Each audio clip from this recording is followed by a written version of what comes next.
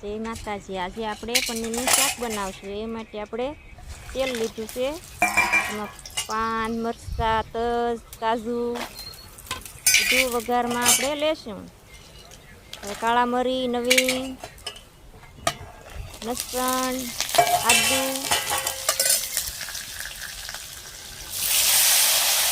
ને મરચાં, 3 ટમેટા, ડુંગળી હવે આપણે મિક્સ કરી લેશું। હવે આપણે નીચે ઉતારીને આને ઠારી નાખશું, પછી આપણે આની ગ્રેવી કરી લેશું। આપણે હવે ગ્રેવી કરવા માટે 1 વાટકી તેલ લેશું। આપણે તો લાલ મરચાં, પાન એનો વઘાર કરશું। હવે ગ્રેવીમાં હવે આપણે એમાં લાલ મરચું લેશું।